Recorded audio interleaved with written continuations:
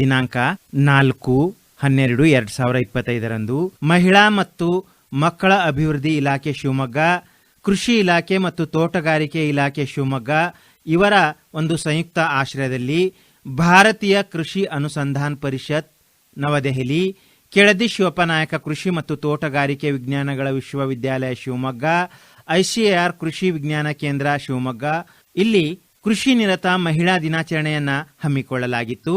ಈಗ ಈ ಕಾರ್ಯಕ್ರಮದ ಮುಂದುವರಿದ ಭಾಗವನ್ನ ಕೇಳೋಣ. ಇದೀಗ ಕಾರ್ಯಕ್ರಮವನ್ನು ಉದ್ದೇಶಿಸಿ ತಮ್ಮ ಅನುಭವಗಳನ್ನು ಹಂಚಿಕೋಬೇಕಾಗಿ ಡೀನ್ ಸ್ನಾತಕೋತ್ತರ ಡಾಕ್ಟರ್ ನಾರಾಯಣ ಎಸ್ ಮಾವರ್ಕರ್ ಹಾಗೂ ಪ್ರಭಾರ ವಿಸ್ತರಣಾ ನಿರ್ದೇಶಕರು ಇವರಲ್ಲಿ ಕೇಳ್ಕೊಳ್ತೇನೆ.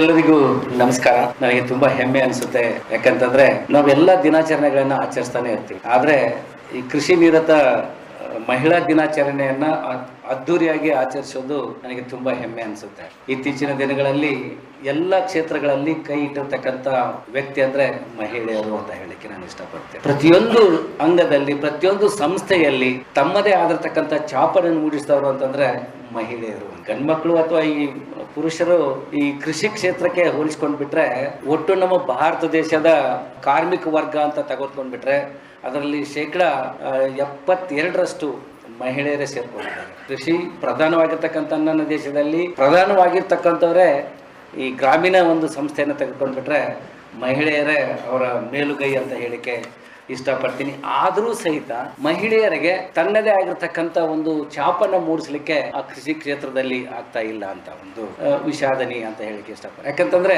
ನಮ್ಮ ಕರ್ನಾಟಕದಲ್ಲೇ ತೆಗೆದುಕೊಂಡ್ಬಿಟ್ರೆ ನಮ್ಮ ಶಿವಮೊಗ್ಗ ಜಿಲ್ಲೆಗೆ ಹಿಂದೆ ಮುಂದೆ ನೋಡಿದ್ರೆ ತಾವೆಲ್ಲ ಕೇಳಿದ್ರೆ ದುಮ್ಮಳಿ ಶಿವಮ್ಮ ಅಂತ ಕೇಳಿದ್ರೆ ಅನಿಸ್ತಾ ಇದೆ. ಅವರು ಎಷ್ಟೊಂದು ಕಷ್ಟಪಟ್ಬಿಟ್ಟು ಎತ್ತರಕ್ಕೆ ಬಂದು ಉತ್ತಮ ಕೃಷಿಕ ಮಹಿಳೆ ಅಂತ ಅವಾರ್ಡ್ನ ತೆಗೆದುಕೊಂಡಿದ್ದಾರೆ. ಮತ್ತು ಕರ್ನಾಟಕಕ್ಕೆ ಹೆಸರುವಾಸಿಯಾಗಿರ್ತಕ್ಕಂಥ ಒಂದು ಎಲ್ಲರಿಗೂ ಗೊತ್ತಿರ್ತಕ್ಕಂಥ ಎರೆಹುಳು ಗೊಬ್ಬರ ಅಂತ ತಾವೆಲ್ಲ ಕೇಳಿದ್ರು. ಕೆಲವೇ ಉಪಕಸಬನ್ನ ಪ್ರಾರಂಭ ಮಾಡಿರ್ತಕ್ಕಂಥ ಈ ಒಂದು ಮಹಿಳೆ ಇಲ್ಲಿ ದುಮ್ಮಳಿ ಅನ್ನುವಂತ ಒಂದು ಗ್ರಾಮದಲ್ಲಿ ಶಿವಮ್ಮ ಅಂತ ಇದ್ದಾರೆ. ಅವರು ಈಗ ಸಾವಯವ ಭತ್ತವನ್ನ ಬೆಳೀತಾರೆ. ಕೇವಲ ಅದು ಮತ್ತು ಈ ಒಂದು ಎರೆಹುಳು ಗೊಬ್ಬರವನ್ನ ಉಪಯೋಗಿಸ್ಕೊಂಡ್ಬಿಟ್ಟು ಬೆಳೀತಾ ಇದ್ದಾರೆ. ಅವರಿಗೆ ಇಂತಹ ಒಂದು ಕೃಷಿಯಲ್ಲಿ ತೊಡಗಿರ್ತಕ್ಕಂಥ ಮಹಿಳೆಯನ್ನ ನಮ್ಮ ಕರ್ನಾಟಕ ಗುರುತಿಸಿ ಅವ್ರ ಫೋಟೋ ಈಗ ವಿಧಾನಸೌಧದಲ್ಲಿ ಆ ರೀತಿ ಪ್ರತಿಯೊಬ್ಬರು ಆಗ್ಬೇಕು ಅಂತ ನಮ್ಮ ಒಂದು ಆಶೆ. ಯಾಕಂದ್ರೆ ಈ ಗಂಡ್ ಮಕ್ಳು ಅಂದ್ರೆ ನಮ್ಮನ್ನು ಇಟ್ಕೊಂಡು ಹೇಳ್ತೀನಿ, ನಾವು ಕೆಲಸ ಮಾಡ್ತೀವಿ ಆದ್ರೆ ಪರಿಪೂರ್ಣವಾಗಿ ಪರಿಪಕ್ವವಾಗಿ ಆಚರಣೆ ಮಾಡೋದು ಅಥವಾ ಆ ಕೆಲಸವನ್ನು ನಿರ್ವಹಣೆ ಮಾಡೋದೇ ಮಹಿಳೆಯರು. ನಾವೇನ್ ಮಾಡ್ತೀವಿ, ನಮ್ಮಲ್ಲಿ ಮ್ಯಾನೇಜರಲ್ ಕ್ವಾಲಿಟಿ ಮಾತ್ರ ಇರುತ್ತೆ. ಅಂದ್ರೆ ಒಟ್ಟು ಈ ವ್ಯವಸ್ಥಾಪನೆ ಹೇಗಿರ್ಬೇಕು, ಇದನ್ನ ನಿರ್ವಹಣೆ ಹೇಗೆ ಮಾಡ್ಬೇಕು ಅಂತ ಅಷ್ಟೇ ತಲೆಯಲ್ಲಿರುತ್ತೆ. ಆದ್ರೆ ನಿಮ್ಗೆ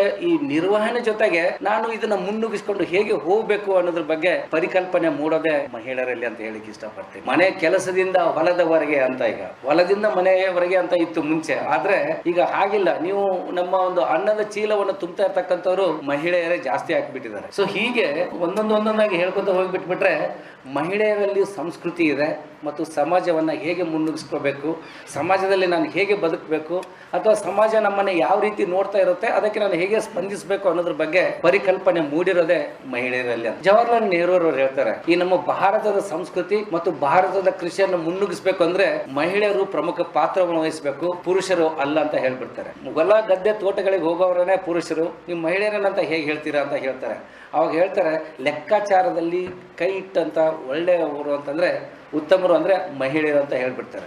ಆಗಿನ ಕಾಲದಿಂದಲೂ ಈಗಿನ ಕಾಲದವರೆಗೂ ಸಹಿತ ಅವರಿಗೆ ಬೇಕಾಗಿರ್ತಕ್ಕಂಥ ಸವಲತ್ತುಗಳನ್ನು ಒದಗಿಸುವಂಥ ಕೆಪಾಸಿಟಿ ಈ ನಮ್ಮ ಗೌರ್ಮೆಂಟ್ಗೆ ಬಂದ್ಬಿಡ್ತು ಅಂದ್ರೆ ಆವಾಗ ಈ ನಮ್ಮ ಭಾರತ ದೇಶದ ಬೆನ್ನೆಲುಬು ಅಂದ್ರೆ ಮಹಿಳೆಯರು ಅಂತ ಹೇಳಿಕ್ಕೆ ನಾನು ಇಷ್ಟಪಡ್ತೀನಿ. ಸೊ ಹೀಗೆ ಮಹಿಳೆಯರಿಲ್ಲದೆ ಈ ಭಾರತ ಕೃಷಿಯಲ್ಲಿ ತೊಡಗಲಿಕ್ಕೆ ಸಾಧ್ಯನೇ ಇಲ್ಲ ಅಂತ ಹೇಳಿಕ್ಕೆ ಇದೊಂದು ಪರಿಕಲ್ಪನೆ. ಯಾಕಂದ್ರೆ ಒಂದು ಲೆಕ್ಕಾಚಾರದ ಪ್ರಕಾರ ಈ ನಮ್ಮ ಭಾರತದಲ್ಲಿ 75% ಗ್ರಾಮೀಣ ಮಹಿಳೆಯರು ಪ್ರಮುಖ ಜೀವನೋಪಾಯನೇ ಕೃಷಿ ಆಗಿಬಿಟ್ಟಿದೆ. ಅವರು ಕೇವಲ ಈ ಹೊಲ ಗದ್ದೆ ತೋಟಗಳಲ್ಲಿ ಅಷ್ಟೇ ಕೆಲಸ ಮಾಡ್ತಾರೆ ಅಂತ ತಿಳ್ಕೊಬೇಡಿ. ಈ ದ್ವಿತೀಯ ಕೃಷಿ ಅಂತ ಬರ್ತಾ ಇದೆ, ಸೆಕೆಂಡರಿ ಅಗ್ರಿಕಲ್ಚರ್ ಅಂತ ಬರ್ತಾ ಇದೆ. ಈ ಕೃಷಿಗೆ ಮೌಲ್ಯಮಾಪನ ಅಥವಾ ಮೌಲ್ಯ ವರ್ಧನೆಯನ್ನು ನೀಡ್ತಾ ಇರೋರೇ ನಮ್ಮ ಮಹಿಳೆಯರು. ನೀವು ಯಾವುದಾದ್ರೂ ಒಂದು ಪ್ರೋಗ್ರಾಮ್ ಇದೆ ಅಂತ ತಿಳ್ಕೊಳ್ಳಿ, ಅಥವಾ ಸಭೆಗಳು ಇದೆ ಅಂತ ತಿಳ್ಕೊಳ್ಳಿ, ಅಥವಾ ಈಗ ಯಾವುದಾದ್ರೂ ಒಂದು ಮೇಳ ನಡೀತಾ ಇದೆ ಅಂತ ತಿಳ್ಕೊಳ್ಳಿ.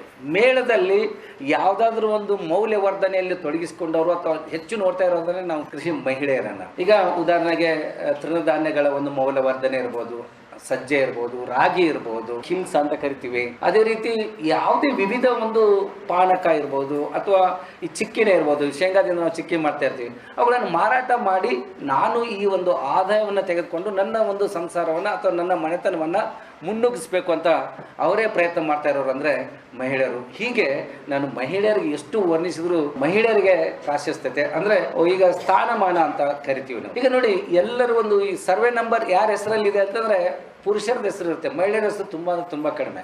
ಆ ಸ್ವಾಧೀನತೆ ಅನ್ನೋದನ್ನು ಕೊಟ್ಟರೆ ಇನ್ನೂ ಮಹಿಳೆ ಇನ್ನೂ ಎತ್ತರದ ಒಂದು ಅಥವಾ ಹೆಚ್ಚಿನ ಮೇಲುಗೈಯನ್ನು ಸಾಧಿಸಬಹುದು ಅಂತ ಹೇಳ್ತೀವಿ. ಅವ್ರು ಯಾಕೆ ಹಿಂಜರಿತಾ ಇದ್ದಾರೆ ಅಂದರೆ ಮಹಿಳೆಯರು ಪಾಪ ಅವರಿಗೆ ದೊರಕ್ತಾ ಇರ್ತಕ್ಕಂಥ ಸಾಲ, ಇತ್ತೀಚಿನ ದಿನಗಳಲ್ಲಿ ಈ SKDRDP ಇರ್ಬೋದು, ಸಂಘ ಸಂಸ್ಥೆಗಳನ್ನು ಮಾಡ್ತಾರೆ, ಅವ್ರಿಗೆ ಸಾಲದ ರೂಪದಲ್ಲಿ ಒಂದು ಉದ್ಯೋಗವನ್ನು ಹೇಗೆ ಪ್ರಾರಂಭ ಮಾಡಬೇಕು ಅನ್ನೋದ್ರ ಬಗ್ಗೆ ಕೊಡ್ತಾನೆ ಇರ್ತಾರೆ. ಇಂತಹ ಸವಲತ್ತುಗಳನ್ನು ಹೆಚ್ಚೆಚ್ಚು ಸರಳವಾಗಿ ಸಿಕ್ತು ಅಂತಂದ್ರೆ ಈ ನಮ್ಮ ಕೃಷಿಯನ್ನ ಉತ್ತಮ ಮತ್ತು ಗುಣಮಟ್ಟದ ಕೃಷಿಯನ್ನ ನಮ್ಮ ಭಾರತ ದೇಶದಲ್ಲಿ ತೊಡಗಿಸಿಕೊಳ್ಳಿಕ್ಕೆ ಅವರು ಸಹಕಾರವನ್ನು ನೀಡ್ತಾರೆ ಅಂತ ಹೇಳಿಕೆ ಇಷ್ಟಪಡ್ತೇನೆ. ಅದರಲ್ಲೂ ಇತ್ತೀಚಿನ ದಿನಗಳಲ್ಲಿ ಈ ಒಂದು ಲೆಕ್ಕಾಚಾರದ ಪ್ರಕಾರ ಪಿರಿಯಾಡಿಕ್ ಲೇಬರ್ ಫೋರ್ಸ್ ಸರ್ವೆ ಅಂತ ಇರುತ್ತೆ, PLFS ಅಂತ ಇದೆ. ಆ ಸಂಸ್ಥೆ ಪ್ರಕಾರ ಮತ್ತು ಹಲವಾರು ಈ ಸರ್ಕಾರಿ ವರದಿಗಳ ಪ್ರಕಾರ ನಮ್ಮ ಒಂದು ದೇಶದಲ್ಲಿ ತೆಗೆದುಕೊಂಡು ಬಿಟ್ರೆ ಬಿಹಾರ್ ಮತ್ತು ಉತ್ತರ ಪ್ರದೇಶದಲ್ಲಿ 70% ಹೆಚ್ಚು ಗ್ರಾಮೀಣ ಮಹಿಳೆಯರು ಕೃಷಿಯಲ್ಲಿ ತೊಡಗಿಸಿಕೊಂಡಿದ್ದಾರೆ ಅಂತ ಹೇಳ್ತಾ ಇದ್ದಾರೆ. ಅದರಲ್ಲೂ ಇತ್ತೀಚಿನ ದಿನಗಳಲ್ಲಿ ಒಡಿಶಾದಲ್ಲಿ ಕೇವಲ 33 ಲಕ್ಷದಷ್ಟು ಕೃಷಿ ಮಹಿಳೆಯರು ಮುಂಚೆ ಇದ್ರು. ಈಗಿನ ಒಂದು ಲೆಕ್ಕಾಚಾರದ ಪ್ರಕಾರ 52 ಲಕ್ಷ ಮಹಿಳೆಯರು ಈ ಒಂದು ಕೃಷಿಯಲ್ಲಿ ತೊಡಗಿದ್ದಾರೆ ಅಂತ ಹೇಳ್ತಾನೆ ಇದ್ದಾರೆ. ಈ ರೀತಿ ದಿನದಿಂದ ದಿನಕ್ಕೆ ಅಥವಾ ವರ್ಷದಿಂದ ವರ್ಷಕ್ಕೆ ಹೆಚ್ಚಾಗ್ತಾ ಹೋಗ್ಬಿಟ್ಬಿಟ್ರೆ ನಮ್ಮ ಭಾರತದ ಆರ್ಥಿಕತೆ ಅಷ್ಟೇ ಅಲ್ಲ, ನಮ್ಮ ಭಾರತದ ಆಹಾರದ ಸ್ವಾವಲಂಬನೆ ಏನಿದೆಯೋ ಅಥವಾ ಈ ಒಂದು ಸುಸ್ಥಿರತೆ ಏನಿದೆಯೋ ಅದನ್ನ ನಾವು ಕಾಣಲಿಕ್ಕೆ ಇನ್ನು ಹೆಚ್ಚು ಕಾಲ ಉಳಿದಿಲ್ಲ ಅಂತ ಹೇಳ್ತೀನಿ. ಹೀಗೆ ಹೊಲದಲ್ಲಿ ಕೆಲಸ ಮಾಡೋದಷ್ಟಲ್ಲೇನೆ ಇವರು ಇತ್ತೀಚಿನ ಕುಕ್ಕಟ ತಂತ್ರಜ್ಞಾನ ಇರ್ಬೋದು, ಕೋಳಿ ಸಾಕಾಣಿಕೆ ಇರ್ಬೋದು, ಅಣಬೆ ಇರ್ಬೋದು ಅಥವಾ ಜೇನು ಸಾಕಾಣಿಕೆ ಇರ್ಬೋದು, ಹೀಗೆ ಜೈವಿಕ ಕೃಷಿ ಇರ್ಬೋದು, ಹೀಗೆ ಹಲವಾರು ಕ್ಷೇತ್ರಗಳಲ್ಲಿ ತನ್ನದೇ ಆಗಿರ್ತಕ್ಕಂಥ ಛಾಪವನ್ನು ಮೂಡಿಸ್ತಾನೆ ಇದ್ದಾರೆ. ಇನ್ನೂ ಮೂಡಿಸಿ ಇನ್ನೂ ಎತ್ತರಕ್ಕೆ ಬೆಳೀರಿ ಅಂತ ನಿಮ್ಮ ಎಲ್ಲರಿಗೂ ಮತ್ತೊಮ್ಮೆ ಹಾರೈಸ್ತಾ ನನ್ನ ಒಂದು ಕೊನೆ ಮಾತುಗಳು ಏನಂತಂದ್ರೆ, ಮಹಿಳೆಯರು ಕೃಷಿಯ ಸಹಾಯಕರು ಅಲ್ಲ, they are not the assistant of the agriculture. ಕೇವಲ ಕೃಷಿಯಲ್ಲಿ ಯಾವ್ದಾದ್ರು ಒಂದು ಲೇಬರ್ ಫೋರ್ಸ್ ಅಂತ ಕರೀತಾರೆ. ಪುರುಷರಿಗೆ 500 ರೂಪಾಯಿ ಅಂತ ಲೇಬರ್ ಚಾರ್ಜ್ ಇದ್ರೆ ಮಹಿಳೆಯರಿಗೆ ಕೇವಲ ಕೊಡೋದು 300 ರೂಪಾಯಿ. ಅವರಷ್ಟೇ ಕೆಲಸ ಮಾಡ್ತಾರೆ, ಅವರಷ್ಟೇ ಎನರ್ಜಿ ಯೂಸ್ ಮಾಡ್ತಾರೆ. ಆದ್ರೂ ಪಾಪ ಅವ್ರಿಗೆ ಯಾಕೆ ಈ ತಾರತಮ್ಯ ಅಂತ ಒಂದು ನನ್ನ ಒಂದು ಪ್ರಶ್ನೆ ಇನ್ನೂ ಮನಸ್ಸಲ್ಲಿ ಉಳಿದಿರುತ್ತೆ. ಅದು ಯಾವಾಗ ಅದಕ್ಕೆ ಉತ್ತರ ಸಿಗುತ್ತೋ ಗೊತ್ತಿಲ್ಲ. ಇನ್ನೊಂದು, ಮಹಿಳೆಯರು ಅವರು ಕೃಷಿಯ ಯೋಧರು ಅಂತ ಹೇಳಿಕೆ ನಾನು ಇಷ್ಟಪಡ್ತೀನಿ. ಯಾಕಂದ್ರೆ ಯೋಧರು ನಮ್ಮ ಗಡಿಯನ್ನು ಕಾಯ್ತಾ ಇದ್ರೆ ನಮ್ಮ ಹೊಟ್ಟೆ ಚೀಲವನ್ನು ತುಂಬತಾ ಇರೋದು ಮಹಿಳೆಯರು ಅಂತ ಹೇಳಿಕೆ ನಾನು ಇಷ್ಟಪಡ್ತೀನಿ. ಹಾಗೆ ಈ ಆರ್ಥಿಕ ಬದಲಾವಣೆ ಆಗ್ಬೇಕು ಅಂದ್ರೆ ಅದು ಮಹಿಳೆಯರಿಂದ ಮಾತ್ರ ಸಾಧ್ಯ. ಜವಾಹರ್ಲಾಲ್ ನೆಹರೂರವ್ರನ್ನ ನಾವು ಇನ್ನೂವರೆಗೆ ನೆನೆಸ್ಬೇಕು. ಈ ನಮ್ಮ ಆರ್ಥಿಕತೆ, ಸದೃಢತೆ ಮತ್ತು ಈ ಒಂದು ಸಂಸ್ಕೃತಿ ಉಳಿಬೇಕು ಅಂದ್ರೆ ಮಹಿಳೆಯರೇ ಮುಂದೆ ಆಗ್ಬೇಕು ಅಂತ ಹೇಳಿಕೆ ಇಷ್ಟಪಟ್ಟು, ಗ್ರಾಮೀಣ ಭಾರತ ನಿಜವಾದ ಶಕ್ತಿಗಳು ಅಂತಂದ್ರೆ ಕೃಷಿಕರು, ಅದರಲ್ಲಿ ಕೃಷಿಕರಲ್ಲಿ ಕೃಷಿ ಮಹಿಳೆ ಅಂತ ಹೇಳ್ತಾ ನನಗೆ ಅವಕಾಶ ಕಲ್ಪಿಸಿಕೊಟ್ಟಿರ್ತಕ್ಕಂಥ ಸಂಘಟಕರಿಗೆ ಮತ್ತೊಮ್ಮೆ ವಂದಿಸ್ತಾ ಈ ನಮ್ಮ ಅದ್ಭುತ ಮತ್ತು ಅರ್ಥಪೂರ್ಣವಾಗಿರ್ತಕ್ಕಂಥ ಈ ಒಂದು ಕಾರ್ಯಕ್ರಮ ಕೃಷಿ ನಿರತ ಮಹಿಳಾ ದಿನಾಚರಣೆಗೆ ಎಲ್ಲರಿಗೂ ಶುಭವಾಗಲಿ ಅಂತ ಹಾರೈಸ್ತಾ ಮತ್ತೊಮ್ಮೆ ನಿಮ್ಮೆಲ್ಲರಿಗೂ ಜಯವಾಗಲಿ, ಒಳ್ಳೆಯದೇ ಆಗಲಿ ಅಂತ ಹಾರೈಸ್ತಾ ನಾನು ಮಾತನ್ನು ಮುಗಿಸ್ತೀನಿ.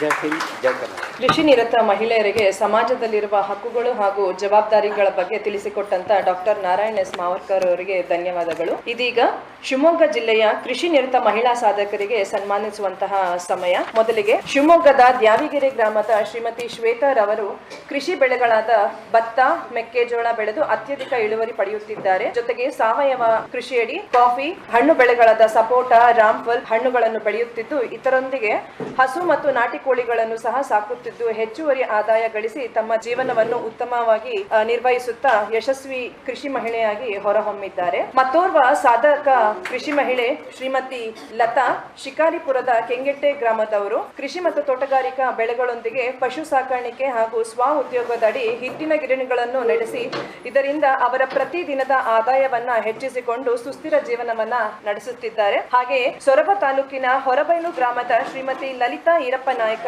ಇವರು ಸಮಗ್ರ ಕೃಷಿ ಪದ್ಧತಿಗಳು, ಕೃಷಿ ಹೊಂಡ, ಮೀನು ಸಾಕಾಣಿಕೆ, ಅರಿಶಿನ, ಶುಂಠಿ, ತೆಂಗು, ತಾಳೆ, ರಬ್ಬರ್, ಹೂವು ಮತ್ತು ಹಣ್ಣಿನ ಬೆಳೆಗಳನ್ನು ಸಾವಯವ ಕೃಷಿಯಡಿ ಬೆಳೆದು ತಮ್ಮ ಬೆಳೆಗಳಿಗೆ ತಾವೇ ಮೌಲ್ಯವರ್ಧನೆ ಮಾಡಿ ಸಮಾಜದಲ್ಲಿ ಮಾದರಿ ಕೃಷಿ ಮಹಿಳೆಯಾಗಿ ಜೀವನ ನಡೆಸುತ್ತಿದ್ದಾರೆ. ಇಂತಹ ಸಾಧನೆ ಮಾಡಿದ ಕೃಷಿ ಮಹಿಳೆಯರಿಗೆ ಇಂದು ಸನ್ಮಾನಿಸುವ ಸುದೈವ ನಮ್ಮ ಕೃಷಿ ವಿಜ್ಞಾನ ಕೇಂದ್ರ ಹಾಗೂ ನಮ್ಮ ವಿಶ್ವವಿದ್ಯಾಲಯಕ್ಕೆ ಸಲ್ಲಬೇಕು.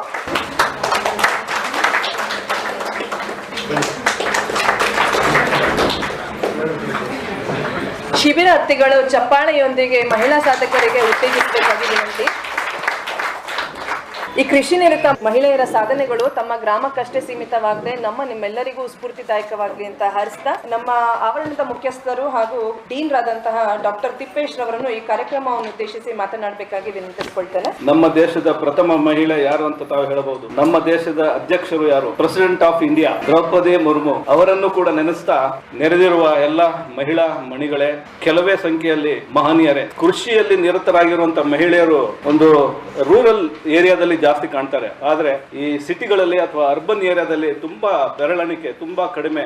ಸಿಟಿನಲ್ಲೂ ಕೂಡ ಕೃಷಿ ನಿರತ ಮಹಿಳೆಯರು ಇವತ್ತು ತಮ್ಮ ಕಾರ್ಯಗಳನ್ನ ಮಾಡ್ತಿದ್ದಾರೆ ಅಂತ ಹೇಳಲಿಕ್ಕೆ ನಾನು ಇಚ್ಛೆ ಪಡ್ತೀನಿ. ಇದು ಒಂದು ಶ್ಲಾಘನೀಯ ವಿಷಯ ಅಂತ ಈ ಸಂದರ್ಭದಲ್ಲಿ ಹೇಳ್ತೀನಿ. ಒಬ್ಬ ಪರಿಪೂರ್ಣ ಮಹನೀಯ ಅಂತಂದ್ರೆ ಅವರ ಹಿಂದೆ ಒಬ್ಬ ಪರಿಪೂರ್ಣ ಮಹಿಳೆಯ ಪಾತ್ರ ತುಂಬಾ ದೊಡ್ಡದು. ಉದಾಹರಣೆ ನನಗೆ ಹೇಳ್ಬೇಕು ಅಂತಂದ್ರೆ, ನಾನು ಇವತ್ತು ನನ್ನ ಕಚೇರಿಯಲ್ಲಿ ಸಂಪೂರ್ಣವಾಗಿ ನನ್ನ ತೊಡಸ್ಕೊಂಡು ಒಳ್ಳೆ ಕಾರ್ಯ ಮಾಡ್ಬೇಕು ಅಂತಂದ್ರೆ ಅದಕ್ಕೆ ಬ್ಯಾಕ್ ಸಪೋರ್ಟ್ ಆಗಿ 100% ಸಪೋರ್ಟ್ ಆಗಿ ನನ್ನ ಹೆಂಡತಿ ಇದ್ದಾಳೆ. ಹಾಗಾಗಿ ಇಲ್ಲಿ ಈ ಒಂದು ಸಮಾಜದಲ್ಲಿ ಇಂದಿನ ಪರಿಸ್ಥಿತಿಯಲ್ಲಿ ಮಹಿಳೆಯ ಪಾತ್ರ ತುಂಬಾ ದೊಡ್ಡದು. ಈ ಒಂದು ಸಂದರ್ಭದಲ್ಲಿ ಎಲ್ಲಾ ಮಹಿಳಾ ಮಣಿಗಳಿಗೆ ಧನ್ಯವಾದಗಳನ್ನು ಹೇಳಲಿಕ್ಕೆ ಇಷ್ಟಪಡ್ತೀನಿ. ಹಾಗೆ ನಾವು ನಮ್ಮ ಮಹಿಳೆಯರಿಗೆ, ನಮ್ಮ ಹೆಂಡತಿಯವರಿಗೆ ಎಷ್ಟು ಡಿಪೆಂಡೆಂಟ್ ಆಗಿರ್ತೀವಿ ಅಂತಂದ್ರೆ, ಪ್ರತಿ ವಿಷಯಕ್ಕೂ ಕೂಡ ನಮಗೆ ಗೊತ್ತಿದೆ ಆ ಒಂದು ಸಾಮಾನು ಅಥವಾ ಒಂದು ಮಟೀರಿಯಲ್ ಅಲ್ಲಿ ಇದೆ ಅಂತ ಗೊತ್ತಿದೆ. ಆದ್ರೂ ಕೂಡ ಅದನ್ನ ತಗೊಂಡ್ಬರ್ಲಿಕ್ಕೆ ನಾವು ಬೆಂಕಿಪಟ್ಟಣ ತುಂಬ ಒಂದು ಏನೋ ಒಂದು ಮಟೀರಿಯಲ್ ಅಲ್ಲಿ ಇದೆ ತುಂಬ ಗೊತ್ತಿದೆ, ಆದ್ರೂ ಕೂಡ ಅಷ್ಟು 100% ನಾವು ನಮ್ಮ ಮಹಿಳೆಯರ ಮೇಲೆ ಡಿಪೆಂಡೆಂಟ್ ಆಗಿದ್ದೀವಿ. ನಾವು ಅಷ್ಟು ಒಂದು ದಷ್ಟಪುಷ್ಟವಾಗಿ ಅಥವಾ ನಮ್ಮ ಒಂದು ಕಾರ್ಯೋನ್ಮುಖವಾಗಿ ಮಾಡ್ಲಿಕ್ಕೆ ಅವರು ನಮ್ಮ ಹಿಂದೆ ಇದ್ದಾರೆ ಅಂತ ಹೇಳ್ತಾ, ಇನ್ನೂ ಕೂಡ ಇರ್ತಾರೆ. ಅವಕಾಶ ಕೊಟ್ಟ ನಿಮ್ಮೆಲ್ಲರಿಗೂ ಸಹ ಹಾಗೂ ಈ ಒಂದು ಕೃಷಿ ವಿಜ್ಞಾನ ಕೇಂದ್ರದ ಮುಖ್ಯಸ್ಥರಿಗೆ ವಂದನೆಗಳನ್ನು ಹೇಳ್ತಾ ನನ್ನ 2 ಮಾತನ್ನು ಮುಗಿಸ್ತೀನಿ. ಜೈ ಹಿಂದ್, ಜೈ ಮಹಿಳಾ ಮಣಿಗಳೇ. ಕೃಷಿಯಲ್ಲಷ್ಟೇ ಅಲ್ಲದೆ ಸಮಾಜದಲ್ಲೂ ಕೂಡ ಮಹಿಳೆಯರ ಪ್ರಾಮುಖ್ಯತೆ ಬಗ್ಗೆ ತಿಳಿಸಿಕೊಟ್ಟಂತ ಡಾಕ್ಟರ್ ತಿಪ್ಪೇಶ್ ರವರಿಗೆ ನಮ್ಮ ಕೃಷಿ ವಿಜ್ಞಾನ ಕೇಂದ್ರ ಹಾಗೂ ಶಿಬಿರಾರ್ಥಿಗಳ ಪರವಾಗಿ ಧನ್ಯವಾದಗಳು. ಇದೀಗ ತೋಟಗಾರಿಕಾ ಇಲಾಖೆಯ ಜಂಟಿ ತೋಟಗಾರಿಕಾ ನಿರ್ದೇಶಕರಾದಂತಹ ಡಾಕ್ಟರ್ ಸಂಜಯ್ ರವರು ಸಭೆಯನ್ನು ಉದ್ದೇಶಿಸಿ ಮಾತನಾಡಬೇಕಾಗಿ ಕೇಳ್ಕೊತೇನೆ. ಮೊದಲನೇದಾಗಿ ಸಂಸ್ಕೃತ ಶ್ಲೋಕ ಏನಿದೆ ಅದನ್ನ ನಾನು ಹೇಳ್ತೀನಿ. ಯತ್ರ ನಾರ್ಯಸ್ತು ಪೂಜ್ಯಂತೆ ತಮಂತೆ ತತ್ರ ದೇವತಃ. ಎಲ್ಲಿ ನಾವು ನಾರಿಯರನ್ನ ಪೂಜಿಸ್ತೀವಿ ಅಲ್ಲಿ ದೇವರು ಇರ್ತಾನೆ ಅಂತ ಹೇಳುವಂತ ಒಂದು ಮಾತಿದೆ. ಜೊತೆಗೆ ಹೆಣ್ಣೊಂದು ಕಲಿತರೆ ಶಾಲೆಯೊಂದು ತೆರೆದಂತೆ. ನಾನು ಇವತ್ತಿಲ್ಲಿ ನಿಂತ್ಕೊಂಡು ನಿಮ್ ಜೊತೆ ಎಲ್ಲ ಮಾತಾಡ್ತಿದ್ದೀನಿ ಅನ್ನೋದಕ್ಕೆ ನನ್ನ ತಾಯಿನೇ ಕಾರಣ. ಯಾಕಂತ ಹೇಳಿದ್ರೆ ಅವರ ವಿದ್ಯೆಯನ್ನ ನನಗೆ ದಾರಿ ಎರೆದು ನಾನು ಇವತ್ತು ವಿದ್ಯಾವಂತನಾಗಿ ಒಂದು ಸರ್ಕಾರಿ ಹುದ್ದೆಯಲ್ಲಿ ಇವತ್ತು ಇದ್ದೀನಿ. ಇದೊಂದು ಬ್ಯಾಕ್ ಗ್ರೌಂಡ್ ಹೇಳ್ತಾ, ಇತ್ತೀಚಿನ ದಿನಗಳಲ್ಲಿ ಸಾಕಷ್ಟು ನಾವು ಕೃಷಿಯಲ್ಲಾಗಿರ್ಬೋದು, ಬೇರೆ ಬೇರೆ ವಿಚಾರಗಳಲ್ಲಾಗಿರ್ಬೋದು ಬದಲಾವಣೆಯನ್ನ, ಅಂದ್ರೆ ಏನು ಪುರುಷ ಪ್ರಧಾನ ಸಮಾಜ ಇತ್ತು, ಇವಾಗ ಅದು ನಿಧಾನವಾಗಿ ಅದು ಹೋಗ್ತಾ ಇದೆ. ಸೊ ಈ ನಿಟ್ಟಿನಲ್ಲಿ ತಮಗೂ ಕೂಡ ಸಾಕಷ್ಟು ಅವಕಾಶಗಳಿದೆ. ನಾವು ಒಂದು ವಿಚಾರ ಏನಕ್ಕೆ ಹೇಳಲಿಕ್ಕೆ ಇಷ್ಟಪಡ್ತೀನಿ ಅಂತ ಹೇಳಿದ್ರೆ, ಈಗ ನಮ್ಮ ಶಿವಮೊಗ್ಗ ಜಿಲ್ಲೆಯಲ್ಲಿ ಸುಮಾರು 70% 75% ಭಾಗದಷ್ಟು ನಾವು ವಿವಿಧ ತೋಟಗಾರಿಕೆ ಬೆಳೆಗಳನ್ನೇ ನಾವು ಕಾಣಬಹುದು. ಸೊ ಇದರ ಅರ್ಥ ಮುಂದಿನ ದಿನಗಳಲ್ಲಿ ಅದಿನ್ನೂ ಹೆಚ್ಚಾಗುವಂತ ಒಂದು ಅವಕಾಶ ಇದೆ. ಮತ್ತು ನಾವು ಇದರಲ್ಲಿ ಮೌಲ್ಯವರ್ಧನೆ ಆಗಿರ್ಬೋದು ಅಥವಾ ಇತರೆ ಅಗ್ರಿಕಲ್ಚರ್ ಏಡೆಡ್ ಆಕ್ಟಿವಿಟೀಸ್ಗೆ ಸಾಕಷ್ಟು ಅವಕಾಶಗಳಿದೆ. ನಮ್ಮ ದೇಶದಲ್ಲಿ ಹಾರ್ಟಿಕಲ್ಚರ್ ಆಗ್ಲಿ ಅಗ್ರಿಕಲ್ಚರ್ ಆಗ್ಲಿ ಏನು ಪ್ರೊಡಕ್ಷನ್ ಮಾಡ್ತೀವಿ, ಉತ್ಪಾದನೆ ಮಾಡ್ತೀವಿ, ಇದರಲ್ಲಿ 1% ಮಾತ್ರ ನಾವು ಮೌಲ್ಯವರ್ಧನೆ ಮಾಡ್ತಾ ಇದೀವಿ. ನಾವು ಯಾವಾಗ ಓದ್ತಿದ್ವಿ ಅವಾಗಿಂದಲೂ ಅಷ್ಟೇ ಇದೆ, 1% ಇದೆ. ಸೊ ಇನ್ನು 99% ನಮ್ಗೆ ಇನ್ನೂ ಅವಕಾಶ ಇದೆ. ಮೌಲ್ಯವರ್ಧನೆ ಜೊತೆಗೆ ನಾವು ಮುಂದಿನ ದಿನಗಳಲ್ಲಿ ಒಂದು ಇಂಡಸ್ಟ್ರಿ ರೂಪದಲ್ಲಿ ನಾವು ಇದನ್ನ ತಗೊಂಡು ಹೋಗ್ಬೋದು ಅಂತ ಒಂದು ಅವಕಾಶ ಇದೆ. ಈ ನಿಟ್ಟಿನಲ್ಲಿ ನಾವು ತೋಟಗಾರಿಕೆ ಇಲಾಖೆ ವತಿಯಿಂದ ಈ ಮೌಲ್ಯವರ್ಧನೆಗಾಗಿರ್ಬೋದು, ಜೇನು ಕೃಷಿಗೆ ನಾವು ಸಹಾಯ ಮಾಡುವಂತದ್ದಾಗಿರ್ಬೋದು, ಅಣಬೆ ಬೇಸಾಯಕ್ಕೆ ಸಹಾಯ ಮಾಡುವಂತದ್ದಾಗಿರ್ಬೋದು. ಸೊ ಈ ನಿಟ್ಟಿನಲ್ಲಿ ನಾವು ಕೂಡ ಸಾಕಷ್ಟು ಕಾರ್ಯಕ್ರಮಗಳನ್ನ ನಮ್ಮ ಇಲಾಖೆ ವತಿಯಿಂದ ನಾವು ಮಾಡ್ತಾ ಇದೀವಿ. ಅದ್ರ ಜೊತೆಯಲ್ಲಿ ಇಲಾಖೆಗೆ ಒಬ್ರು ಬಂದಿದ್ರು ಮೇಡಮ್ ಅವರು, ಇದು ಭದ್ರಾವತಿ ತಾಲೂಕವರು. ಅವ್ರ ಹಸ್ಬೆಂಡ್ ಬಂದ್ಬಿಟ್ಟು ಡಿಸ್ಟ್ರಿಕ್ಟ್ ರಿಜಿಸ್ಟ್ರಾರ್ ಕೋಆಪರೇಟಿವ್ ಸೊಸೈಟಿ ಬಂದಿದ್ರು ನಮ್ಮ ಆಫೀಸಿಗೆ. ಅವ್ರು ಬಂದಿದ್ದೇನ್ ಬರೀ ನನಗೊಂದು 4 ಜೇನ್ ಪೆಟ್ಟಿಗೆ ಕೊಡ್ಸಿ ಸರ್ ಅಂತ ಆಲ್ಮೋಸ್ಟ್ 1 ಗಂಟೆ ಇದ್ರು ಅವರು. ಸೊ ಅವ್ರ ಬ್ಯಾಕ್ ಗ್ರೌಂಡ್, ನಮ್ಮ ಹಸ್ಬೆಂಡ್ ಡಿಸ್ಟ್ರಿಕ್ಟ್ ರಿಜಿಸ್ಟ್ರಾರ್ ಇದ್ದಾರೆ, ಅವರಿಗೆಲ್ಲ ಸಂಬಳ ಬರುತ್ತೆ, ಆರಾಮಲ್ಲಿ ಇರ್ಬೋದು ಏನಂತ. ಅವ್ರು ಎಷ್ಟು ದೇವನ್ಮುಖ ಕೃಷಿಕರಾಗಿದ್ದಾರೆ ಅಂತ ಹೇಳಿದ್ರೆ, ಅಂದ್ರೆ ಆರಾಮಲ್ಲಿ ಮನೇಲಿ ಕೂತ್ಕೊಂಡಿರ್ಬೋದು, ಹಸ್ಬೆಂಡ್ ಸಂಬಳ ಬರುತ್ತೆ, ಇನ್ನೇನು ಆರಾಮಲ್ಲಿ ಒಡಗಿಡ್ವೆ ಹಾಕೊಂಡು ಮದ್ವೆ ಅದು ಇದು ಅಟೆಂಡ್ ಮಾಡ್ಕೊಂಡು ಇರ್ಬೋದು ಅಂತ.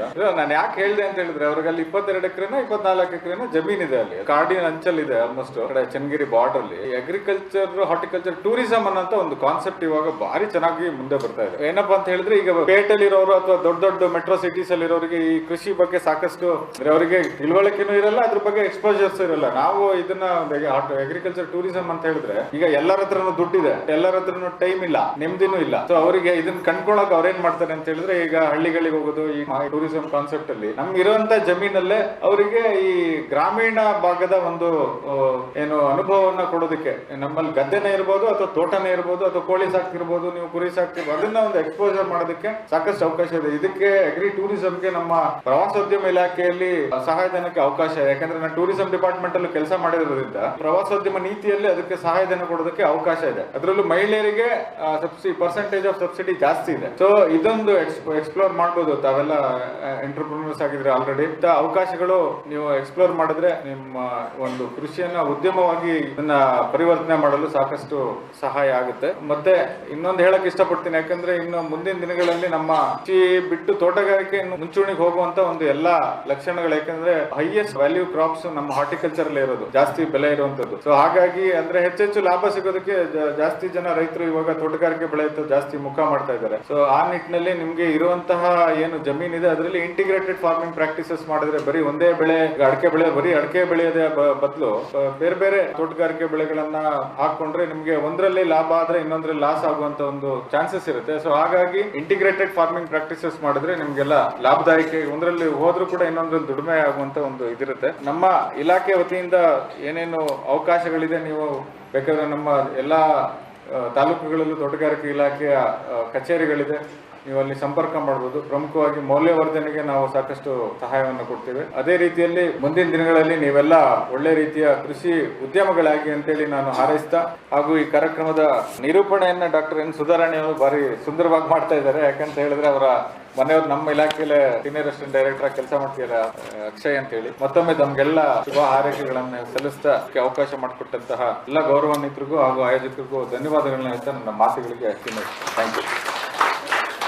ಸಮಾಜದ ಉತ್ತಮ ಪರಿವರ್ತನೆಯಲ್ಲಿ ಮಹಿಳೆಯರ ಪಾತ್ರ ಹಾಗೂ ಕೃಷಿ ಮತ್ತು ತೋಟಗಾರಿಕಾ ಕ್ಷೇತ್ರಗಳಲ್ಲಿ ಸುಸ್ಥಿರ ಜೀವನ ನಡೆಸಲು ಮಹಿಳೆಯರಿಗಿರುವ ಅವಕಾಶಗಳ ಬಗ್ಗೆ ತಿಳಿಸಿಕೊಟ್ಟಂತ ಡಾಕ್ಟರ್ ಸಂಜಯ್ ರವರಿಗೆ ಧನ್ಯವಾದಗಳು. ಮುಂದುವರೆದು ಕಾರ್ಯಕ್ರಮವನ್ನು ಉದ್ದೇಶಿಸಿ ತಮ್ಮ ಅನಿಸಿಕೆಗಳನ್ನ ಹಂಚ್ಕೋಬೇಕಾಗಿ ಕೃಷಿ ಇಲಾಖೆಯ ಉಪನಿರ್ದೇಶಕರಾದಂತಹ ಡಾಕ್ಟರ್ ಮಂಜುಳಾ ರವರಲ್ಲಿ ಕೇಳ್ಕೊಳ್ತೇನೆ. ಎಲ್ಲರಿಗೂ ಶುಭೋದಯ. ಹಾಗೂ ಇಲ್ಲಿ ನೆರೆದಿರುವಂತ ಎಲ್ಲ ರೈತ ಮಹಿಳೆಯರೇ, ಈ ದಿವಸ ರೈತ ಮಹಿಳೆಯರ ಪಾತ್ರ ದೊಡ್ಡದು ಅಂತ ಎಲ್ಲ ನಮ್ಮ ಗುರುಗಳು ಎಲ್ಲರೂ ಮಹಿಳೆಯರು ಏನೇನು ಉದ್ಯಮಗಳನ್ನು ನಡೆಸಬಹುದು, ಯಾವ ರೀತಿ ಮಹಿಳೆಯರು ಪಾತ್ರ ಕೃಷಿಯಲ್ಲಿ ಅನ್ನೋದು ಎಷ್ಟು ಪರ್ಸೆಂಟ್. ಈಗ ರೈತರು ದೇಶದ ಬೆನ್ನೆಲುಬು, ರೈತರು ಅಂತಂದ್ರು, ಆದ್ರೆ ಅದರಲ್ಲಿ ಮಹಿಳೆಯರ ಪಾತ್ರ ಬಹಳ ಹೆಚ್ಚಿದೆ.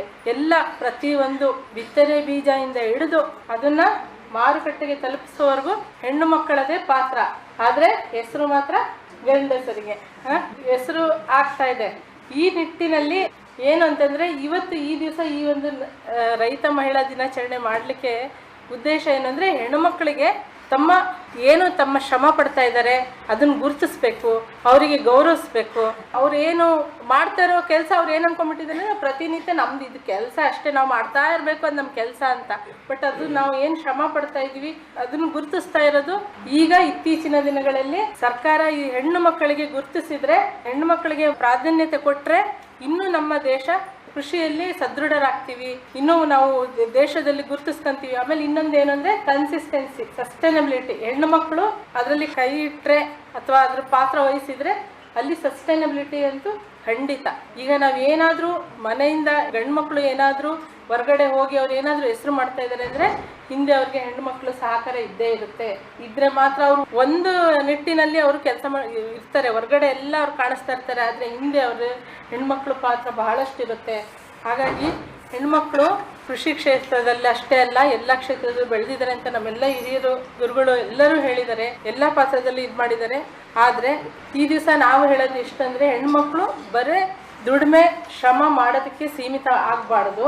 ಜೊತೆಗೆ ನೀವು ಏನು ಕಾರ್ಯ ಕೌಶಲ್ಯತೆ ಮೂಲಕ ಅಂದರೆ ನೀವೇನಾದರೂ ಒಂದು ಉದ್ಯಮಗಳನ್ನು ಮಾಡ್ತಾ ಇದ್ರೆ ಅದನ್ನು ಒಂದು ನಿಯಮಬದ್ಧವಾಗಿ ಮಾಡಿ, ಒಂದು ಸಂಸ್ಥೆ ಅಂಗದಲ್ಲಿ ಅಡಿಯಲ್ಲಿ ಬಂದು ಕೆಲಸ ಮಾಡಿ ನಿಮ್ಮನ್ನು ಗುರುತಿಸ್ಕೊಳ್ಬೇಕು ಅಂತಂದರೆ ನೀವೇ ಮಾಡ್ತಾ ಇದ್ರೆ ನಿಮಗೆ ಕಷ್ಟ ಆಗುತ್ತೆ.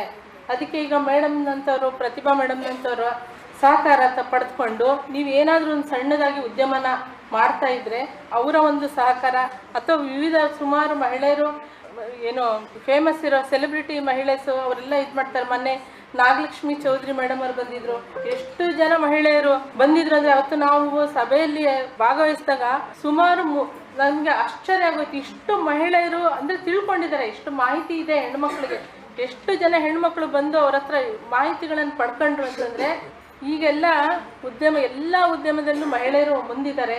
ಹಾಗಾಗಿ ಹೆಣ್ಮಕ್ಳು ವ್ಯವಸ್ಥಿತವಾಗಿ ಮನೆಯಲ್ಲೇ ಸೀಮಿತ ಆಗದಲೇ ನೀವು ಒಂದು ನಿಯಮದಲ್ಲಿ ಬಂದು ಕೆಲಸ ಮಾಡಿ ಅಂತ ನಾನು ಈ ಸಂದರ್ಭದಲ್ಲಿ ತಮಗೆ ಹೇಳಲಿಕ್ಕೆ ಇಷ್ಟಪಡ್ತೀನಿ. ಒಂದು, ಈಗ ತಾವೆಲ್ಲ ನೋಡ್ತೀರಾ, ಯೂಟ್ಯೂಬ್ ನೋಡ್ತೀರಾ, ಫೇಸ್ಬುಕ್ ನೋಡ್ತೀರಾ, ಅದರಲ್ಲೆಲ್ಲ ಬೇರೆ ಏನು ಮೇಕಪ್ ಮಾಡ್ಕೊಳ್ಳೋದು ಅಥವಾ ಅವ್ರ ಮನೆಯೆಲ್ಲ ಯಾವ ರೀತಿ ಇದು ಮಾಡ್ತಾರೆ ಎಲ್ಲ ರೀಲ್ಸ್ ಎಲ್ಲ ಇದೆಲ್ಲ ನೋಡ್ತಾ ಇರ್ತೀರಲ್ಲ.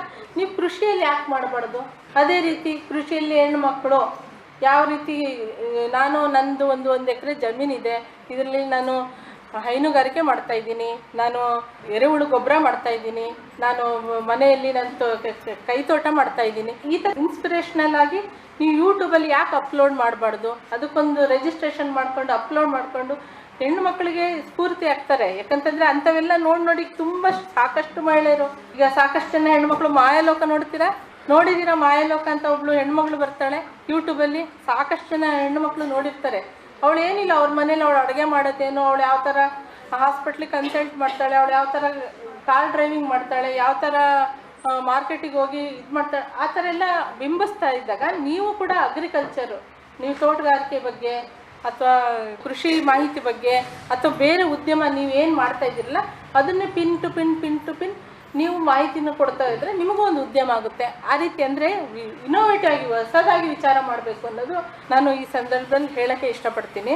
ಅದೇ ರೀತಿ ಈಗ ಸಾಕಷ್ಟು ಮಹಿಳೆಯರು ಎಲ್ಲ ನಮ್ಮ ಗುರುಗಳೆಲ್ಲ ಹೇಳಿದರು ಮಹಿಳೆಯರ ಪಾತ್ರ ಸಾಕಷ್ಟಿದೆ, ಏನಿದೆ ಅಂತ. ಬಟ್ ಇದೆ, ಅದೆಲ್ಲ ನಾವು ತಿಳ್ಕೊತಾ ಇದ್ದೀವಿ. ಬಟ್ ಅದನ್ನು ಬಂದು ಯಾವ ರೀತಿ ಇಲಾಖೆಗಳಲ್ಲಿ ಮಾಹಿತಿ ಪಡ್ಕೊಳ್ಬೇಕು, ಅದನ್ನು ತಿಳ್ಕೊಳ್ಬೇಕು ಅಂತಂದರೆ ನೀವು ಎಲ್ಲ ಮನೆಯಲ್ಲೇ ಕುತ್ಕೊಂಡು ವಿಚಾರ ಮಾಡಿದರೆ ಆಗೋದಿಲ್ಲ. ಹೋಗಬೇಕು, ಅದನ್ನು ಇಲಾಖೆಗಳಲ್ಲಿ ಹೋಗಿ ಮಾಹಿತಿಗಳನ್ನು ಪಡ್ಕೊಂಡು ಅದನ್ನು ಯಾವ ರೀತಿ ನಾವು ಸಿಸ್ಟಮೆಟಿಕ್ ಆಗಿ ನಾವು ಒಂದು ಸಣ್ಣದಾಗಿ ಒಂದು ಕಿರು ಉದ್ಯಮ ಮಾಡಬೇಕು ಅಂದರೆ ಏನೆಲ್ಲ ನಾವು ಪ್ರೊಸೀಜರ್ಸ್ನ ತಿಳ್ಕೊಳ್ಬೇಕು ಅನ್ನೋದು ಎಲ್ಲ ಮಹಿಳೆಯರಿಗೆ ಮಾಹಿತಿ ಇರಬೇಕು. ಹಾಗಾಗಿ ತಾವೆಲ್ಲರೂ ಕೌಶಲ್ಯಾಧಾರಿತ ತರಬೇತಿನ ಮಾಡ್ಕೊಳ್ಬೇಕು. ಎಲ್ಲ ಕೃಷಿ ಇಲಾಖೆಯಲ್ಲಿ ಕೊಡ್ತಾರೆ, ತೋಟಗಾರಿಕೆ ಇಲಾಖೆಯಲ್ಲಿ ಕೊಡ್ತಾರೆ, ಕೃಷಿ ವಿಶ್ವವಿದ್ಯಾನಿಲಯದಲ್ಲಿ ಕೊಡ್ತಾರೆ. ತಾವೆಲ್ಲ ಅದನ್ನು ಸ್ಕಿಲ್ಡ್ ಟ್ರೈನಿಂಗನ್ನು ಪಡೆದುಕೊಂಡು ನೀವು ಅದು ಒಂದು ಉದ್ಯಮ ತಯಾರಿ ಮಾಡಬೇಕು ಅಂತಂದರೆ ಸುಮ್ಮನೆ ನೀವು ಮನೆಯಲ್ಲೇ ಒಂದು ಏನು ಮಾಡ್ತಾ ಇರ್ತೀರಾ, ಉದಾಹರಣೆ ಒಂದು ರೊಟ್ಟಿ ಮೇಕಿಂಗ್ ಮಿಷಿನ್ ಇಟ್ಕೊಂಡಿರ್ತೀರಾ, ರೊಟ್ಟಿ ಮಾಡಿಕೊಂಡು ಮಾರ್ಕೆಟ್ಗಳಿಗೆಲ್ಲ ಎಲ್ಲಿ ಮಾರ್ಕೆಟ್ ಮಾಡ್ಕೊತಾ ಇರ್ತೀರ, ನಮಗೆ ಮಾರ್ಕೆಟೇ ಗೊತ್ತಿಲ್ಲ ಅಂತಾರೆ. ಹಾಗಾಗಿ ನೀವೆಲ್ಲ ಮಾರ್ಕೆಟ್ ಬಗ್ಗೆ ಸ್ಟಡಿ ಮಾಡಬೇಕು. ಆಮೇಲೆ ಫೈನಾನ್ಷಿಯಲ್ ಸ್ಟೆಬಿಲಿಟಿ ತಿಳ್ಕೊಳ್ಬೇಕು, ಅಂದರೆ ಆರ್ಥಿಕ ವಿದ್ಯಾರ್ಹತೆ ಇರಬೇಕು. ಬ್ಯಾಂಕಲ್ಲಿ ಯಾವ ರೀತಿ ಲೋನ್ ಪಡ್ಕೊಳ್ಬೇಕು ಅನ್ನೋದ್ರ ಬಗ್ಗೆ ಮಾಹಿತಿ ಇರಬೇಕು. ನಾವು ಈಗ ಒಂದು ಏನಾದರೂ ಆಹಾರ ತಯಾರಿಕೆ ನಾವು ಮಾಡ್ತಾ ಇದ್ದೀವಿ ಅಂತಂದರೆ ಅದನ್ನು ನಾವು ಮಾರ್ಕೆಟಿಗೆ ಕೊಟ್ಟರೆ ಅದನ್ನು ತೊಗೊಳಕ್ಕೆ ಒಂದು ಸ್ಟ್ಯಾಂಡರ್ಡ್ಸ್ ಇರ್ತವೆ, ಆ ಸ್ಟ್ಯಾಂಡರ್ಡ್ಸ್ ಬಗ್ಗೆ ತಿಳ್ಕೊಂಡಿರಬೇಕು. ಇವೆಲ್ಲ ತಿಳ್ಕೊಂಡು ಫಸ್ಟು ನೀವು ಯಾವುದೇ ಉದ್ಯಮ ಮಾಡೋಕ್ಕಿಂತ ಮುಂಚೆ ನೀವು ಸ್ಕಿಲ್ಡ್ ಟ್ರೈನಿಂಗ್ ಆಗಿರಬೇಕು. ಕೌಶಲ್ಯ ಆಧಾರಿತ ತರಬೇತಿ ಆದಾಗಲೇ ನೀವೆಲ್ಲವನ್ನು ಮಾಡೋಕ್ಕೆ ಮುಂಚಿತವಾಗಿ ಹೋಗಿ ನೀವೆಲ್ಲ ಪ್ರಾಡಕ್ಟನ್ನು ಹಿಡ್ಕೊಂಡು ನಿಮಗೆ ಮಾರ್ಕೆಟ್ ಆಗಲಿಲ್ಲ ಅಂತಂದರೆ ನಿಮಗೆ ಕಷ್ಟ ಆಗುತ್ತೆ. ಹಾಗಾಗಿ ನೀವು ಯಾವುದೇ ಉದ್ಯಮ ಮಾಡೋಕ್ಕಿಂತ ಮುಂಚಿತವಾಗಿ ನೀವು ಇವನ್ನೆಲ್ಲ ಸಣ್ಣದಾಗಿ ಒಂದು ಎಲ್ಲ ಇಲ್ಲ ಯಾವ ಉದ್ಯಮ ಮಾಡಬೇಕು ಅಂತ ಇದ್ದೀರಾ ಅಂಥ ಇಲಾಖೆಗಳಿಗೆ ತಾವು ಭೇಟಿ ನೀಡಿ ಅವರಿಂದ ಮಾಹಿತಿಗಳನ್ನು ಪಡೆದು ಒಂದು ಸಲ 2 ಸಲ ನೀವು ಹೋಗ್ತೀರ, ನಿಮ್ಮನ್ನು ಅಪ್ರೋಚ್ ಮಾಡಿದಾಗ ನಿಮಗೆ ರೆಸ್ಪಾನ್ಸ್ ಸಿಗಲಿಲ್ಲ ಅಂದರೂ ಹಾಗಂತ ತಾವು ಬಿಡಬಾರ್ದು. ಯಾಕಂದರೆ ನಾವು ಅಧಿಕಾರಿಗಳೆಲ್ಲ ಬ್ಯುಸಿ ಇರ್ತೀವಿ, ಅದು ಇದು ತರಬೇತಿಲಿ ಇರ್ತೀವಿ. ಆದರೂ ನೀವು ಅದನ್ನು ಸಂಯಮದಿಂದ ಬಂದು ಇದರಿಂದ ತರಬೇತಿಗಳನ್ನೆಲ್ಲ ಪಡ್ಕೊಂಡು ಇದು ಮಾಡಿದರೆ ಖಂಡಿತವಾಗ್ಲೂ ನೀವು ಯಾವುದಾದ್ರೂ ಒಂದು ಉದ್ಯಮ ಸಾಕಾರ ಮಾಡೋಕ್ಕಿಂತ ಮುಂಚೆ ಒಂದು ಪ್ರಾಜೆಕ್ಟ್ ಮಾಡ್ಕೋಬೇಕು. ನೀವು ಸಣ್ಣದಾಗಿ ಡೀಟೇಲ್ಡ್ ಪ್ರಾಜೆಕ್ಟ್ ರಿಪೋರ್ಟ್ ಮಾಡಿಕೊಂಡು ಆನಂತರ ನೀವು ಒಂದು ಉದ್ಯಮದಲ್ಲಿ ಕೈ ಇಟ್ಕೋಬೇಕು. ಈಗೇನಾದರೂ ಉಪ್ಪಿನಕಾಯಿ ಮಾಡ್ತಾ ಇರ್ತಾರೆ, ಉಪ್ಪಿನಕಾಯಿ ಮಾಡಿ ಮಾರಾಟ ಮಾಡ್ತಿರ್ತಾರೆ. ಬಟ್ ಅದು FSSAI ಸ್ಟ್ಯಾಂಡರ್ಡ್ಸ್ ಇರಬೇಕು, ಅದನ್ನು ಪ್ಯಾಕಿಂಗ್ ಯಾವ ರೀತಿ ಮಾಡಬೇಕು, ಅದನ್ನು ಮಾರಾಟ ಮಾಡಿದಾಗ ಅದರಲ್ಲಿ ನ್ಯೂಟ್ರಿಯೆಂಟ್ ಕಂಟೆಂಟ್ ಯಾವ ಥರ ಇರಬೇಕು ಅನ್ನೋದ್ರ ಬಗ್ಗೆ ಎಲ್ಲ ಮಾಹಿತಿ ಪಡ್ಕೊಂಡೇ ನೀವು ಮಾಡಬೇಕು. ಆಮೇಲೆ ನೀವು ಮಾಡಿರೋ ಉಪ್ಪಿನಕಾಯಿ ಎಲ್ಲಿ ಮಾರ್ಕೆಟ್ ಮಾಡಬೇಕು ಅನ್ನೋದ್ರ ಬಗ್ಗೆ ಎಲ್ಲ ಸ್ಟಡಿ ಮಾಡಿಕೊಂಡು ತಾವು ಉದ್ಯಮನ ಸಣ್ಣದಾಗಾದರೂ ಉದ್ಯಮ ಮಾಡ್ಕೊಳ್ಳಿ. ಹಾಗಾಗಿ ಈಗ ಇಷ್ಟೆಲ್ಲ ಉದ್ಯಮ ಮಾಡ್ಕೊಳ್ಳೋದ್ರ ಬಗ್ಗೆ ನಾವೆಲ್ಲ ಜನರಲಾಗಿ ಹೇಳಿದ್ವಿ. ಈಗ ಏನು ಕುಕ್ಕುಟ ಉದ್ಯಮ ಹೇಳಿದರು, ಜೇನು ಕೃಷಿ ಉದ್ಯಮ ಹೇಳಿದರು, ಆಮೇಲೆ ಜೈವಿಕ ಕೃಷಿ, ಅಣಬೆ ಬೇಸಾಯ ಇವೆಲ್ಲ ಹೇಳಿದರು.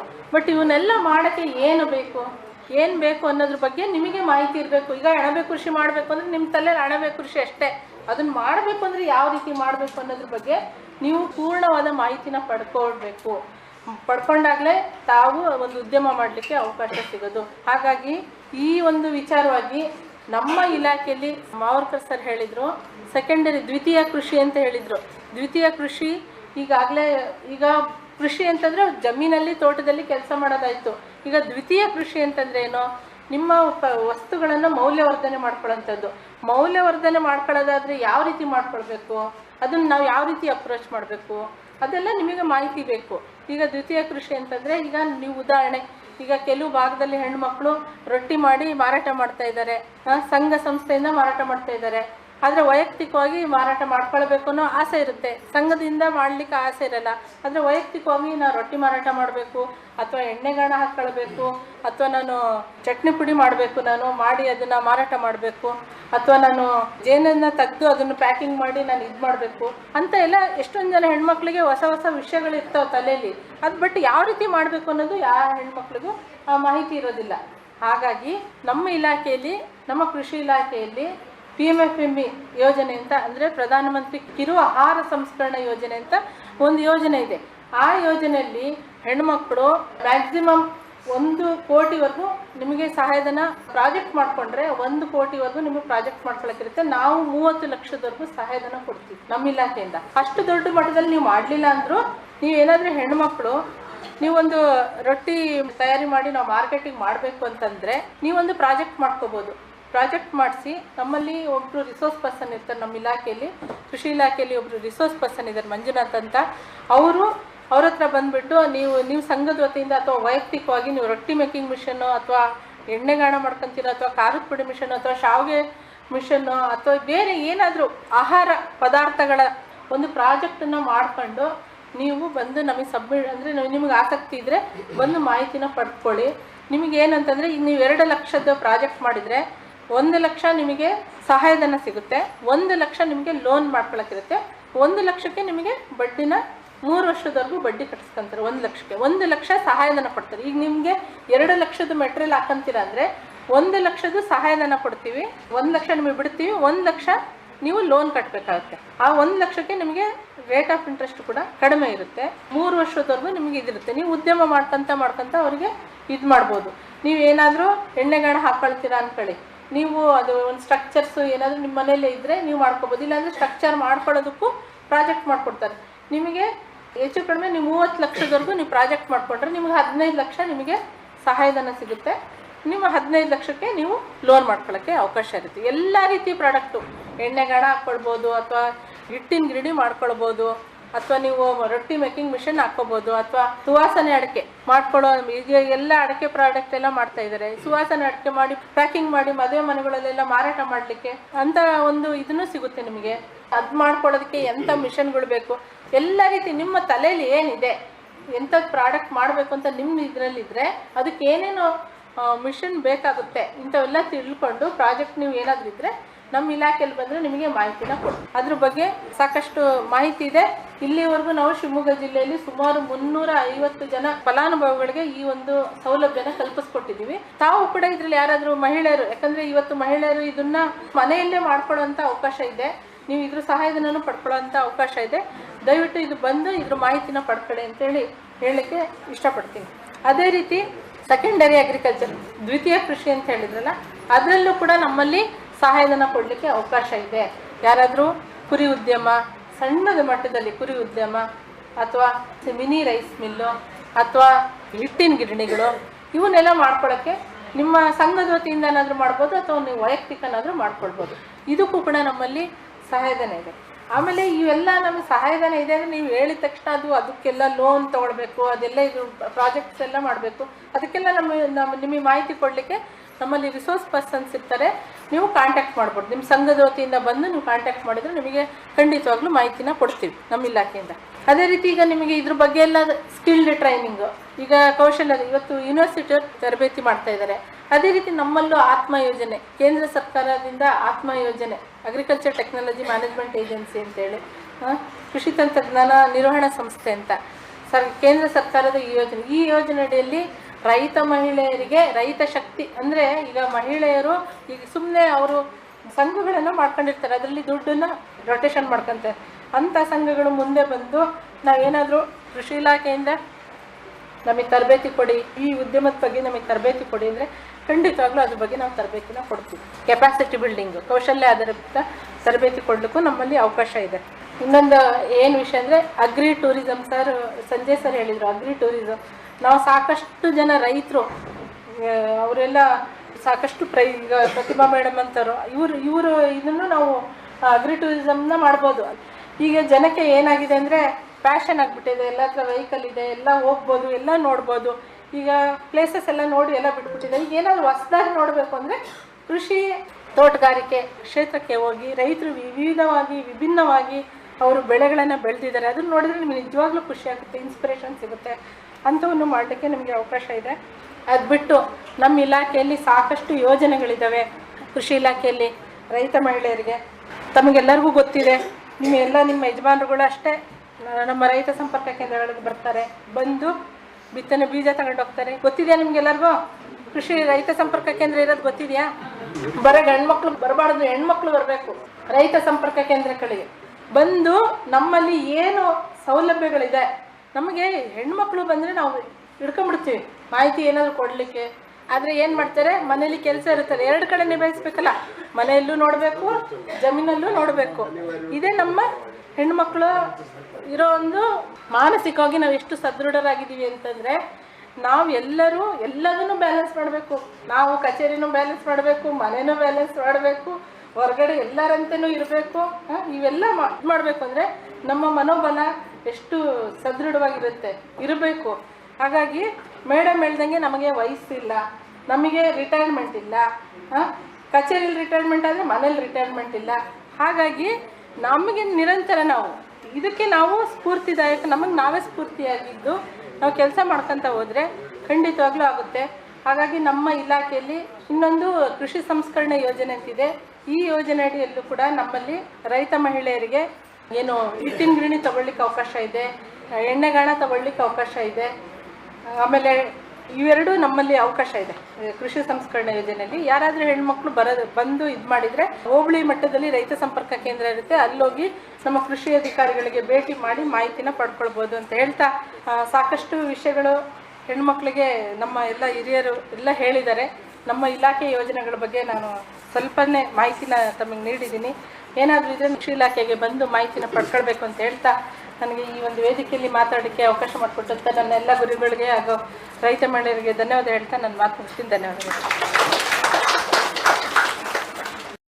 ಇದುವರೆಗೆ ದಿನಾಂಕ 4/12/2025 ಮಹಿಳಾ ಮತ್ತು ಮಕ್ಕಳ ಅಭಿವೃದ್ಧಿ ಇಲಾಖೆ ಶಿವಮೊಗ್ಗ, ಕೃಷಿ ಇಲಾಖೆ ಮತ್ತು ತೋಟಗಾರಿಕೆ ಇಲಾಖೆ ಶಿವಮೊಗ್ಗ, ಕೃಷಿ ಅನುಸಂಧಾನ ಪರಿಷತ್ ನವದೆಹಲಿ, ಕೆಳದಿ ಶಿವಪ್ಪನಾಯಕ ಕೃಷಿ ಮತ್ತು ತೋಟಗಾರಿಕೆ ವಿಜ್ಞಾನಗಳ ವಿಶ್ವವಿದ್ಯಾಲಯ ಶಿವಮೊಗ್ಗ, ಐಸಿಎಆರ್ ಕೃಷಿ ವಿಜ್ಞಾನ ಕೇಂದ್ರ ಶಿವಮೊಗ್ಗ ಇವರ ಸಂಯುಕ್ತ ಆಶ್ರಯದಲ್ಲಿ ಮುಂದುವರಿದ ಭಾಗವನ್ನ ಈ ಕಾರ್ಯಕ್ರಮದಲ್ಲಿ ತಾವು ಕೇಳಿದಿರಿ.